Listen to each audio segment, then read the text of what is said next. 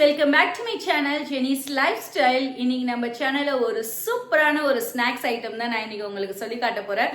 Sir என்னன்றதை நம்ம வீடியோக்குள்ள போய் பார்க்கலாம். பட் வீடியோக்குள்ள போறதுக்கு முன்னாடி நம்மளோட சேனலை இது வரைக்கும் நீங்க சப்ஸ்கிரைப் பண்ணலன்னா உடனே சப்ஸ்கிரைப் பண்ணுங்க, பக்கத்துல இருக்க பெல் ஐக்கனையும் பிரஸ் பண்ணுங்க. அப்பதான் நான் போற வீடியோஸ் எல்லாமே உங்களுக்கு நோட்டிபிகேஷனா வரும். இது வரைக்கும் என்னுடைய சேனலை சப்ஸ்கிரைப் பண்ண எல்லாருக்குமே ரொம்ப ரொம்ப தேங்க்ஸ். இனிமேல் சப்ஸ்கிரைப் பண்ணி என்னை சப்போர்ட் பண்ண போற ஃப்ரெண்ட்ஸ்க்குமே ரொம்ப தேங்க்ஸ். ஓகே ஃப்ரெண்ட்ஸ், வாங்க வீடியோக்குள்ள போலாம்.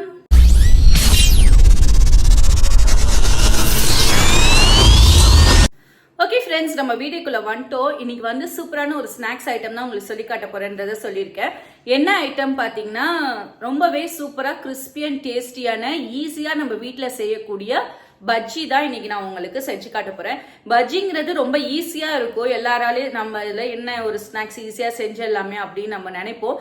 பட் அதுல வந்து நிறைய ட்ரிக்ஸ் அண்ட் டெக்னிக்ஸ்லாம் இருக்கு. அதெல்லாம் நீங்க ஃபாலோ பண்ணீங்கன்னா தான் எண்ணெய் குடிக்காம பஜ்ஜி வந்து நம்ம ஈஸியா வீட்டுல செய்ய முடியும். இப்போ நம்ம கடையில் வாங்குற பஜ்ஜி எல்லாமே நல்லா கிறிஸ்பியாக, எண்ணெய் வந்து ரொம்ப சோக் ஆகாமல் ரொம்ப டேஸ்ட்டாக இருக்கும்.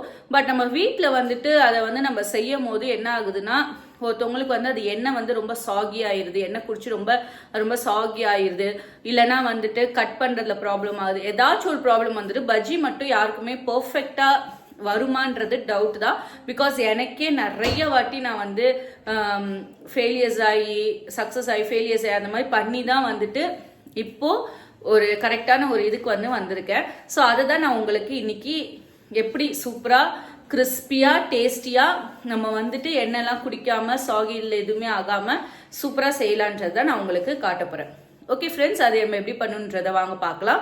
இது வந்துட்டு நான் இதில் சேர்க்க போகிற இன்க்ரீடியன்ஸ் எல்லாமே என்னுடைய ஹோம்மேட் இன்க்ரீடியன்ஸை, எதுவுமே நான் வந்து கடையில் பஜ்ஜி மாவு வாங்கிட்டு வந்து செய்யலைங்க. நான் வீட்லேயே ப்ரிப்பேர் பண்ணி உங்களுக்கு எப்படி செய்யணுன்றத சூப்பராக நான் உங்களுக்கு சொல்லி காட்டுறேன்.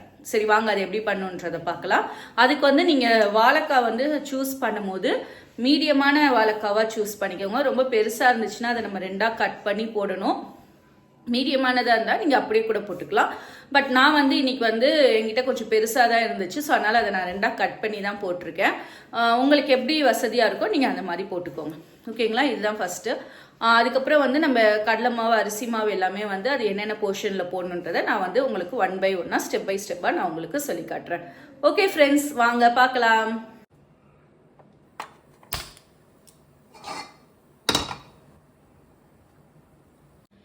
ஸோ ஃப்ரெண்ட்ஸ், நான் வந்துட்டு பஜ்ஜிக்கான பேட்டர் வந்து ரெடி பண்ண போகிறேன். ஸோ அதுக்கு பார்த்தீங்கன்னா ஃபஸ்ட்டு கடலை மாவு எடுத்துக்கோங்க. கடலை மாவு வந்து நான் ஒரு 5 ஸ்பூன் வந்து கடலை மாவு போட்டுக்கிறேன். எந்த ஸ்பூனில் வந்து அளக்குறீங்களோ அதே ஸ்பூனில் வந்துட்டு நம்ம வந்து அரிசி மாவு எடுத்துக்கணும். ஸோ 5 ஸ்பூன் வந்து கடலை மாவுனா ஒரு 4 ஸ்பூன் வந்துட்டு அரிசி மாவு போட்டுக்கோங்க. கொஞ்சம் அரிசி மாவு 4 ஸ்பூன் போட்டிங்கன்னா உங்களுக்கு வந்து நல்லா கொஞ்சம் கிறிஸ்பியாக வரும். ஸோ 4 இது வந்து ஸ்பூன் வந்து அரிசி மாவு போட்டேன். இப்போ வந்து இதுக்கு வந்து நம்ம காரப்பொடி போடணும். காரப்பொடி வந்துட்டு சில்லி பவுடர் பார்த்தீங்கன்னா உங்கள் காரத்துக்கு ஏற்ற மாதிரி போட்டுக்கோங்க. அதுக்கப்புறமா கலருக்காக நான் கொஞ்சோண்டு காஷ்மீரி மிளகாத்தூளும் போட்டுக்கிறேன். அது காஷ்மீரி மிளகாத்தூள் போட்டிங்கன்னா கொஞ்சம் கலர் வரும். 3/4 ஸ்பூன் வந்து கரம் மசாலா போட்டுக்கிறேன். ஸோ அது வந்து உங்களுக்கு ஃப்ளேவர் நல்லா கொடுக்கும். அதுக்கப்புறம் பார்த்தீங்கன்னா பெருங்காயத்தூள், அது வந்து ஒரு ஸ்பூன் போட்டுக்கோங்க. ஏன்னா பெருங்காயத்தூள் கொஞ்சம் ஜாஸ்தி போட்டிங்கன்னா உங்களுக்கு வந்து சாப்பிட்றதுக்கு அந்த இது வந்து நல்லாயிருக்கும் ஸ்மெல். அப்புறம் பார்த்தீங்கன்னா சோடா உப்பு ரொம்ப கொஞ்சமாக தான் நான் போடுறேன், ஒரு கிறிஸ்பினஸ்க்காக. அதுக்கப்புறம் பார்த்தீங்கன்னா இதுலேயே கலர் வந்துச்சுன்னா ஓகே, நான் கொஞ்சமாக கேசரி பவுடர் போட்டுக்கிறேன். உங்களுக்கு வேணா போட்டுக்கோங்க, வேணா விட்டுருங்க. அதுக்கப்புறமா இதுக்கு வந்து தேவையான அளவு சால்ட், உங்களோட டேஸ்ட்டுக்கு ஏற்ற மாதிரி சால்ட் வந்து போட்டுக்கோங்க. ஸோ இப்போ இது எல்லாத்தையுமே வந்து தண்ணி ஊற்றி மிக்ஸ் பண்ணணும். இவ்வளோதான் வந்து பஜ்ஜிக்கான பேட்ரு. ரொம்ப ஈஸியாக நம்ம வீட்லேயே வந்து செஞ்சிடலாம். ஃபர்ஸ்ட் நம்ம போட்ட ஐட்டம்ஸ் எல்லாத்தையுமே வந்து நல்லா மிக்ஸ் பண்ணிக்கோங்க. ஸோ இப்போ நம்ம வந்து தண்ணி ஊற்றி நம்ம மிக்ஸ் பண்ணிக்கலாம்.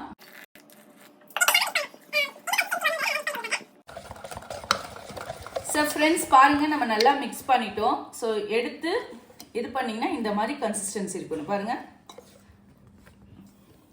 ஸோ எடுத்து நம்ம ஊற்றுனோம்னா இந்த மாதிரி இருக்கணும்.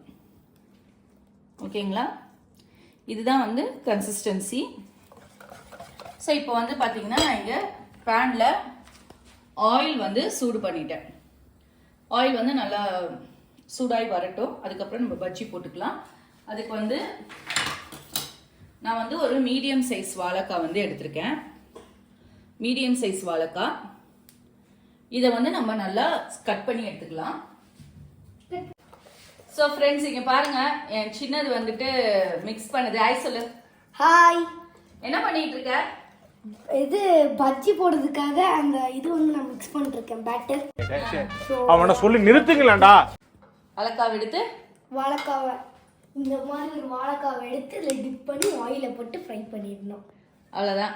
அவ்வளோதான். உனக்கு பஜ்ஜி பிடிக்குமா? ரொம்ப பிடிக்குமே. ரொம்ப பிடிக்கும், ரொம்ப பிடிக்கும். எவ்வளோ பிடிக்கும்? ரொம்ப. சரி, இன்னைக்கு ஒரு புடி பிடிச்சிருவோம். சரி போதும், ரொம்ப மிக்ஸ் பண்ணாதீங்க, அது வந்து இதாக இருக்குது. ஸோ இந்த மாதிரி மிக்சிங் டைம்லாம் இருக்கிற மாதிரி இருந்துச்சுன்னா உங்கள் குழந்தைங்க வந்து இதில் என்கேஜ் பண்ணுங்க. ஸோ அவங்களும் ரொம்ப ஹாப்பியாக பண்ணுவாங்க. ஓகே ஃப்ரெண்ட்ஸ், இங்கே பார்த்தீங்கன்னா ஆயில் வந்து நம்ம ஊற்றின ஆயில் வந்து நல்லா ஹீட் ஆயிடுச்சு. இப்போ நம்ம எடுத்து போடலாம். இங்கே வந்து வாழைக்காய் வந்து நான் கட் பண்ணி வச்சுருக்கேன். ஸோ பாருங்க, நான் வந்து வாழைக்காய் வந்து 2ஆக கட் பண்ணிட்டு அது நீளமாக இந்த மாதிரி கட் பண்ணியிருக்கேன்.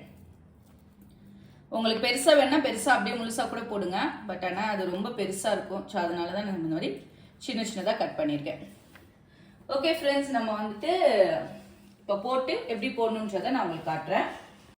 ஸோ நம்ம இப்போ பாருங்க, ஒரு இதை எடுத்து இதுக்குள்ளே விட்டு இப்படி நல்லா டிப் பண்ணிக்கோங்க. நல்லா டிப் பண்ணிவிட்டு எக்ஸஸாக இருக்கிறதெல்லாம் எடுத்துகிட்டு இதில் போட்டுடலாம். ஓகே, ஸோ இந்த மாதிரி நம்ம ஒன்று ஒன்றா போடுவோம்.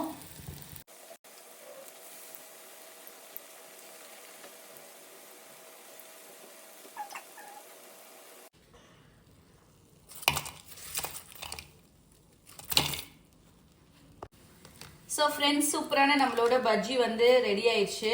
பார்த்தீங்கன்னா ரொம்பவே டேஸ்ட்டாக இருக்கும். அதுக்கு நான் வந்து இங்கே தக்காளி சட்னி வச்சுருக்கேன். தட் மீன்ஸ் நாட் தக்காளி சட்னி, வந்து ஒரு மாதிரி கார சட்னி, ரொம்ப டேஸ்ட்டாக இருக்கும். சூப்பராக ரெடி ஆயிடுச்சு. ஸோ நம்ம இதை யார்கிட்ட கொடுக்க போகிறோன்றது உங்களுக்கே தெரியும். ஆல்ரெடி வெயிட்டிங் பண்ணிட்டு இருக்காரு நம்மளோட ரஃபேல். ஹாய். இப்போ நம்ம அதை டேஸ்ட் பண்ணி பார்த்துருவோம்.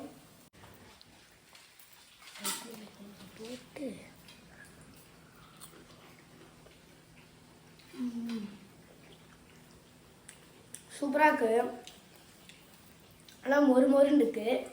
நான் தான் சொன்னேன் அம்மாட்ட, இந்த மாதிரி நல்லா போட்டு டிப் பண்ணுங்க, அப்போ தான் நல்லா இருக்கும்ன்ட்டு. ஸோ அதனால் வந்து நல்லா வந்து டிப் பண்ணியிருக்காங்க.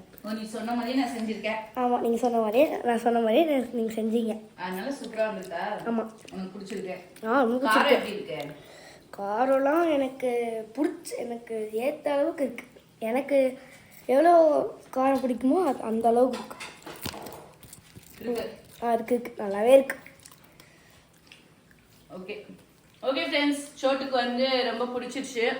ஸோ கண்டிப்பாக உங்கள் வீட்டில் ட்ரை பண்ணி பார்த்து உங்கள் ஃப்ரெண்ட்ஸ் உங்கள் கிட்ஸுக்கு வந்துட்டு செஞ்சு கொடுங்க.